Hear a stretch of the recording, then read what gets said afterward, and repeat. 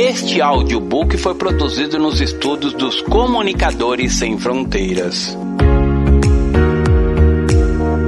Ressurreição, um novo começo. Autor, Pastor Márcio Valadão. Uma publicação da Igreja Batista da Lagoinha. Primeira edição, dezembro de 2010. Introdução. Deus está presente na ressurreição. E isso é algo glorioso. Todo aquele que morre em Cristo é afortunado, pois ele é ressurreto para um novo começo que lhe permite andar em novidade de vida. Romanos capítulo 6, verso 4. Viver essa realidade só é possível porque Cristo verdadeiramente ressuscitou. E você, amado ouvinte, precisa saber dessa verdade. Verdade que será também proclamada por meio desta mensagem que está em suas mãos. Oro para que através da sua vida o Cristo ressurreto esteja presente, para que assim possa compartilhar a vida, morte e ressurreição dele. Tenha uma frutífera audição. Um memorial. A ceia do Senhor é o memorial que Cristo nos deixou, conforme relatado em 1 Coríntios capítulo 11, versos 23 a 26. Porque eu recebi do Senhor que também vos entreguei, que o Senhor Jesus, na noite em que foi traído, tomou o pão e, tendo dado graças, o partiu e disse: Isto é meu corpo que é dado por vós, fazei isto em memória de mim. Por semelhante modo, depois de haver ceado, tomou também o cálice, dizendo: Este cálice é a nova aliança no meu sangue. Fazei isso todas as vezes que o beberdes, em memória de mim. Porque todas as vezes que comerdes este pão e beberdes o cálice, anunciais a morte do Senhor até que ele venha. A celebração da ceia expressa também o amor do Senhor através da sua morte. Sabemos que Jesus morreu por nós, mas, aleluia, ele ressuscitou, está vivo e em breve vai voltar. Jesus ressuscitou e é sobre a ressurreição que vamos falar nessa mensagem. Mas antes de iniciarmos nosso assunto propriamente dito, faremos uma recapitulação no momento do Calvário, que retrata alguns detalhes da morte do Senhor em nosso lugar. Vejamos. Logo a seguir, os soldados do governo, levando Jesus para o pretório, reuniram em torno dele toda a corte. Despojando-o das vestes, cobriram-no com um manto escarlate, tecendo uma coroa de espinhos, puseram-no na cabeça, e na mão direita um caniço, e ajoelhando-se diante dele, escarneciam, dizendo: Salve, Rei dos Judeus! E cuspindo nele, tomaram o caniço e davam-lhe com ele na cabeça. Depois de o terem escarnecido, despiram-lhe o manto e o vestiam com suas próprias vestes. Em seguida, o levaram para ser crucificado. Mateus capítulo 27, versos 27 a 31. Mas a via dolorosa do Senhor não foram apenas os poucos mais de 1000 metros de uma trajetória dolente. Na verdade, a via dolorosa começou na eternidade, quando o homem se rebelou contra Deus. Deus é amor e, por isso, não queria destruir o homem. A palavra também nos diz que, ainda no jardim do Éden, a semente da esperança foi plantada. Porém, inimizade entre ti e a mulher, entre a tua descendência e a seu descendente.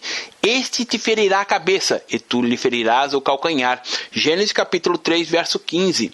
Apesar de o homem ter voltado as costas para Deus, ele revelou que nem tudo estava perdido. Havia esperança, e o nome dele era e é Jesus.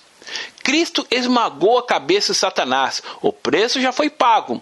E quão alto foi o preço que Jesus pagou. Não bastante a dor causada pela tortura, pelo espancamento que ele sofrera, Jesus experimentou também a dor do abandono do Pai. Obviamente que o abandono do Pai não foi um ato inconsequente, humano, como acontece em muitos casos nos dias de hoje. Deus, que é santo, não pode contemplar o Filho sugando, absorvendo tanto pecado, tanta podridão, todas as nossas dores e enfermidades, e por causa disso não olhou para o seu Filho que clamou: Eli, Eli, lama sabachthani? O que quer dizer: Deus meu, por que me desamparastes? Mateus capítulo 27, verso 46. O sofrimento de Jesus não se pode imaginar e nem contar. Ele sofreu de tal maneira para que pudéssemos ser filhos, ter a paz, ter a vida eterna. E por isso é necessário que voltemos ao Calvário e deixemos nosso coração ser dominado, não apenas pela lembrança, mas, sobretudo, pela gratidão que deve levar cada um de nós sempre a dizer: eis-me aqui, Senhor. A celebração da ceia não é um rito, é uma obediência, mas uma obediência fácil de ser cumprida, não pesada, que comunica tanta graça ao nosso próprio espírito. Nós estamos sendo edificados pelo Senhor, pela pedra angular, a pedra que sustenta todo edifício, que segura outras pedras, chama-se Jesus. O cristão recebe a ceia do Senhor como lembrança sobre o quanto a sua libertação do pecado custou a Jesus Cristo. Jesus Cristo como Senhor. A minha salvação vem da minha confissão de Jesus Cristo como meu Senhor. Quando proclamo, afirmo na minha vida que Jesus Cristo é meu amo, é meu dono, meu soberano, é a máxima autoridade sobre mim. Se com tua boca confessares Jesus como Senhor, e em teu coração credes que Deus o ressuscitou dentre os mortos, será salvo. Romanos capítulo 10, verso 9. Existem mais 6 pedras que, ligadas à pedra angular, que é Jesus, se tornam na base, no alicerce, no fundamento da nossa vida e o fundamento da igreja. Muitas pessoas encontram dificuldades na fé porque querem construir, começando pelo telhado e colocando as janelas, sem mesmo terem um sólido fundamento. Isso é falta de compreensão, pois todo aquele que ouve as palavras de Jesus e não as pratica é considerado insensato por ter edificado a casa sobre a areia. Mateus capítulo 7, verso 26. Edificar a casa sobre a areia, sem o firme fundamento, é prejuízo na certa. Isso porque em pouco tempo a casa ficará cheia de rachaduras e logo será destruída. Não podemos nos calar ou cansar de dizer que é preciso viver firme no Senhor Jesus, que todo aquele que ouve as palavras dele e as pratica será comparado a um homem prudente que edificou sua casa sobre a rocha, e caiu a chuva, transbordaram os rios, sopraram os ventos e deram com ímpeto sobre a casa dele. Mas ela não caiu, porque foi edificada sobre a rocha. Mateus capítulo 7, verso 24 e 25. Que o Espírito Santo possa vivificar esta palavra para que você escolha edificar a sua vida sobre a pedra angular, sobre Jesus Cristo. Talvez você pense que não consegue pelo fato de não ter sabedoria, contudo, não é essa a questão. Porque aquele que não tem sabedoria pode pedir a Deus, que a todos dá liberalmente. Tiago capítulo 1, verso 5. Peça a Deus sabedoria e você terá o entendimento que é preciso para colocar sua vida sobre o fundamento que é Cristo. Alguns fundamentos. Como disse, existem 6 pedras que se transformam na base, no alicerce, no fundamento da nossa vida e do fundamento da igreja. A primeira delas se encontra no livro de Mateus, capítulo 16, verso 18, quando Jesus disse: e sobre essa pedra edificarei a minha igreja, e as portas do inferno não prevalecerão contra ela. O Senhor edifica sobre essa pedra angular, Ele mesmo, a confissão de Jesus Cristo como Senhor. Quando você tem Jesus Cristo como Senhor em sua vida, você pode caminhar na promessa do Senhor em sua vida. Você pode caminhar na promessa que as portas, os efeitos do inferno, a desgraça, não prevalecerão contra você, não alcançarão você. De acordo com a Bíblia, existem 3 tipos de morte: a morte física, a morte espiritual e a chamada segunda morte. Deus criou o homem com a potencialidade de ele vir a morrer, mas não para morrer. Não era a morte o plano primeiro de Deus. Não era a morte que havia de trazer as suas garras tão afiadas para destruir vidas, para trazer tanta tristeza, para aniquilar, fazer-nos chorar, carregarmos angústias. Não. Deus não foi o criador da morte. A morte é uma consequência da desobediência do homem, da escolha errada que ele fez. Escolha que afetou de maneira direta a raça humana. A decisão de Adão em voltar as costas para Deus representou que todos nós também estamos voltados as costas para o Senhor. Passamos a ter sobre nós uma sequência de morte. O Senhor diz que nós somos pó e ao pó haveremos de voltar.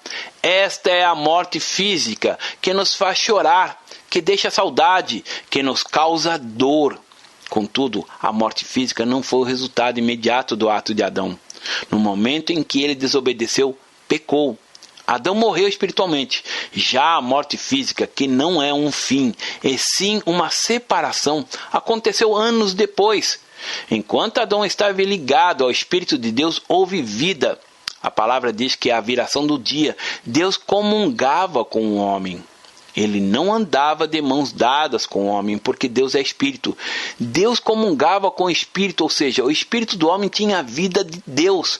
Podia ouvir, podia comunicar, podia fazer trocas de experiências, mas por causa da escolha errada do homem, a separação passou a existir. O salário desse pecado é a morte. Romanos capítulo 6, verso 23. Por isso a Escritura diz que o salário do pecado é a morte. E essa morte a qual a Bíblia se refere não é a física, pois sabemos que todos passaremos por ela. Mas a morte espiritual é a eterna separação de Deus. A Bíblia nos mostra também a chamada segunda morte. O que é a segunda morte? É a eterna separação de Deus. Bem-aventurado e santo é aquele que tem parte da primeira ressurreição. Sobre esses, a segunda morte não tem autoridade. Pelo contrário, serão sacerdotes de Deus e de Cristo e reinarão com ele os 1000 anos. Apocalipse capítulo 20, verso 6. Todo aquele que não nascer de novo experimentará a segunda morte. Tanto pode ser uma pessoa bondosa quanto uma pessoa ruim. Pode ser aquele amado amigo. Pode ser um cuidadoso pai.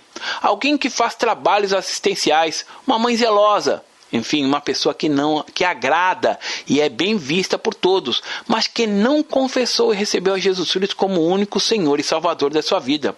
Não será sacerdote de Deus e de Cristo e não reinará com ele toda a eternidade. Não que Deus não queira salvar alguém, mas porque a pessoa escolheu não ter sido salva por Jesus, que é o Senhor. Compreendido o significado dessa morte, pode-se considerar a ressurreição. Mas o que é ressurreição? Quando ela acontecerá? Para quem será? De que forma será? E quem a experimentará? A verdade. Tanto no Velho como no Novo Testamento encontramos essa revelação a respeito da ressurreição. Muitas verdades espirituais chegam até nós como ao amanhecer do dia, ao nascer do sol. Pouco a pouco vai clareando até atingir o ápice ao meio-dia. No Velho Testamento encontramos vislumbres, não a doutrina expressa de forma detalhada, mas à medida que estudamos o mesmo, encontramos lampejos dessa realidade. O primeiro livro escrito no Velho Testamento foi o livro de Jó, e não Gênesis, como muitos acreditam. Gênesis foi escrito por Moisés muito tempo depois de Jó. Por meio do livro de Jó, podemos perceber detalhes sobre a ressurreição do nosso corpo. Vejamos os versículos 25, 26 e 27 do capítulo 19 do livro de Jó. Porque eu sei que o meu Redentor vive, e por fim se levantará sobre a terra. Depois, revestindo este corpo da minha pele, em minha carne verei a Deus. Vê-lo-ei por mim mesmo, os meus olhos o verão, e não outro. O Espírito do Senhor deu essa revelação a esse justo a respeito da ressurreição. Em todo tempo, Satanás tenta enganar o homem com suas mentiras. Ele não apenas quis ser igual a Deus, como também tenta imitar a Deus. A Bíblia, que é a palavra de Deus, nos fala sobre a ressurreição. Já o diabo conta a mentira da reencarnação. Isso é o engano das trevas. Ele é imitador. Em nenhum texto da Bíblia menciona, mesmo que de maneira discreta, a palavra reencarnação. Há muito engano a respeito disso. As pessoas que estão na iminência, aquelas que detêm os direitos dos meios de comunicação, aquelas que ensinam, muitas delas creem na doutrina diabólica chamada reencarnação, a qual a pessoa vai morrer e se reencarnar, ou seja, que ele terá uma nova vida. Já ouvi pessoas dizendo que já foram tudo na vida passada. Certa vez uma mulher me disse que tinha sido uma rainha egípcia. Veja o que a palavra de Deus, a Escritura Sagrada, a Bíblia diz. E assim como os homens está ordenado morrer uma só vez, vindo depois disso o juízo. Hebreus capítulo 9, verso 27. Morrer uma só vez. Já vimos também o que Jó disse, porque depois revestido este meu corpo da minha pele, ou seja, é o mesmo corpo, a mesma pele, vê-lo-ei por mim mesmo, os meus olhos o verão, e não outros. Não existe uma única abertura na Bíblia para essa crença demoníaca chamada reencarnação. Essa é uma doutrina humanista, uma doutrina diabólica, uma doutrina que não tem nada a ver com as Santas Escrituras. Quando Jesus falou a respeito do novo nascimento, ele foi muito enfático ao dizer: o que é nascido da carne é carne, o que é nascido do Espírito é Espírito. João capítulo 3, verso 6. Quando Jesus falou sobre o novo nascimento, ele não se referiu ao nascimento físico, carnal. Ele disse que o homem deve nascer de novo através do Espírito. E isso está muito claro na palavra dele. Observe. A isto respondeu Jesus: na verdade te digo que, se alguém não nascer de novo, não pode ver o reino de Deus. Perguntou-lhe Nicodemos: como pode um homem nascer sendo velho? Pode porventura voltar a ventre materno e nascer de segunda vez? Respondeu Jesus: em verdade te digo, quem não nascer da água e do Espírito não pode entrar no reino de Deus. O que é nascido da carne é carne, o que é nascido do Espírito é Espírito. Não te admires de eu te dizer: importa-vos nascer de novo. O vento sopra onde quer, ouve a sua voz, mas não sabe de onde vem nem para onde vai. Assim é tudo que é nascido do Espírito. João capítulo 3, verso 3 a 8. Há interpretações erradas acerca do que Jesus falou. E para justificar essa doutrina, muitos dizem que a água a qual Jesus se referiu é o líquido amniótico. Mas a água na Bíblia se refere à usada no batismo cristão. Nos dias de hoje, essa doutrina está sendo divulgada como nunca antes, principalmente pelos meios de comunicação. Novelas e filmes narram a morte e retorno no mundo natural da maneira mais convincente possível. Querido, amada, não seja conivente com essa mentira. À medida que você ouve e vê a respeito, basicamente concorda com esse engano das trevas. Não dê ibope à audiência para aquilo que é totalmente contrário à palavra do Senhor. Não que o cristão ou precisa ser alguém alienado, enclausurado num mundo desconectado. Não é isso, mas ele pode deletar tudo aquilo que não edifica, que o faz afastar-se de Jesus. Pode fechar as portas do seu espírito para a ministração do diabo. Deleite-se em Jesus, aprenda mais sobre ele, alimente o seu pensamento com a boa palavra. Novidade de vida. Outro texto do Velho Testamento que nos dá uma compreensão acerca da vida e ressurreição é o capítulo 12, verso 2 do livro de Daniel. Muitos dos que dormem no pó da terra ressuscitarão, uns para a vida eterna e outros para a vergonha e horror eterno. Daniel descreveu essa verdade antes que Jesus Cristo tivesse vindo, morrido e ressuscitado. Todas as pessoas, principalmente judeus, sabiam que um dia aconteceria a ressurreição, mas uma coisa é ter um entendimento intelectual e outra coisa é viver esta verdade. No Novo Testamento temos o relato da ressurreição de Lázaro, que está em João capítulo 11. Marta, uma das irmãs de Lázaro, acreditava na ressurreição do último dia, conforme escrito nos versículos 21, 22, 23 e 24. Disse, pois, Marta a Jesus: Senhor, se estiveras aqui, não teria morrido meu irmão. Mas também sei que, mesmo agora, tudo quanto pedires a Deus, Deus te concederá. Declarou-lhe Jesus: teu irmão há de ressurgir. Eu sei, replicou Marta, que ele há de ressurgir na ressurreição do último dia. Marta, uma judia, tinha a crença da ressurreição, mas mesmo a possuindo era algo inconsistente. Ela apenas dizia: no último dia. Entretanto, Jesus a respondeu. Disse-lhe Jesus: eu sou a ressurreição e a vida. Quem crê em mim, ainda que morra, viverá. E todo que vive e crê em mim não morrerá eternamente. Crês isto? Versos 25 e 26.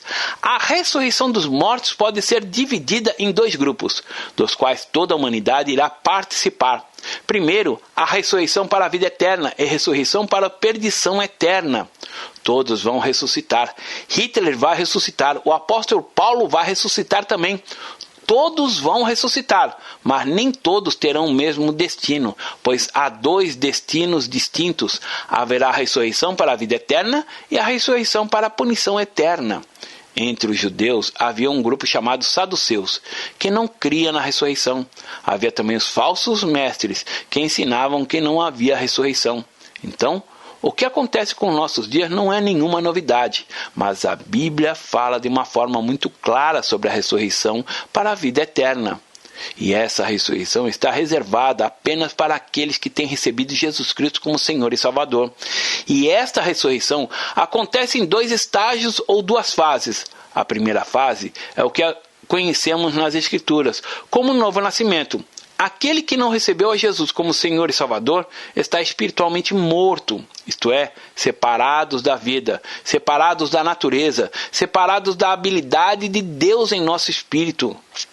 Veja o que está escrito em João capítulo 5, versos 25 e 26. Em verdade vos digo que vem a hora, e já chegou, em que os mortos ouvirão a voz do Filho de Deus, e os que a ouvirem viverão. Porque assim como o Pai tem vida em si mesmo, também concedeu ao Filho ter vida em si mesmo. Mas quais mortos? Os que estavam no túmulo? Os cadáveres? Não, são aqueles que experimentarem a morte espiritual. Por isso que Jesus disse, em verdade vos digo que vem a hora e já chegou, em que os mortos ouvirão a voz do Filho de Deus, e os que ouvirem viverão. Ou seja, o primeiro estágio da ressurreição acontece quando os mortos espiritualmente recebem a vida de Deus. Em outras palavras, o espírito que estava separado do Espírito de Deus passa a ter comunhão com o Senhor. É isso. O que é o novo nascimento? É uma ressurreição. Em Colossenses capítulo 3, versículos 1 a 4, está escrito, portanto, se fosse ressuscitado juntamente com Cristo, buscai as coisas lá do alto, onde Cristo vive, assentado à direita de Deus. Pensai nas coisas lá do alto, não nas que são aqui da terra, porque morrestes e a vossa vida está oculta juntamente com Cristo em Deus. Quando Cristo, que é a nossa vida, se manifestar, então vós também sereis manifestados com Ele em glória. A ressurreição física do nosso corpo é outra coisa. A ressurreição para a vida eterna tem 2 estágios. O primeiro é a nossa ressurreição espiritual. Nós que estávamos mortos espiritualmente recebemos vida. Colossenses capítulo 2, versículo 12 diz assim, tendo sido sepultados juntamente com ele no batismo, no qual igualmente fostes ressuscitados, mediante a fé no poder de Deus que o ressuscitou dentre os mortos. Ou seja, a nossa fé se baseia numa experiência que testifica e que proclama que Jesus Cristo é o Filho de Deus.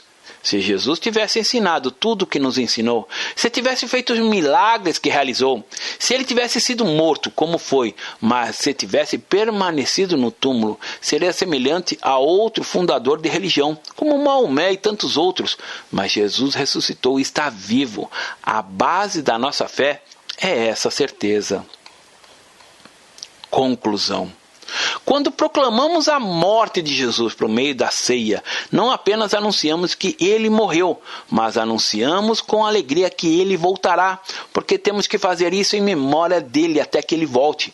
E tomando um pão, tendo dado graças, o partiu e lhe deu, dizendo, isto é o meu corpo oferecido por vós, fazei isto em memória de mim.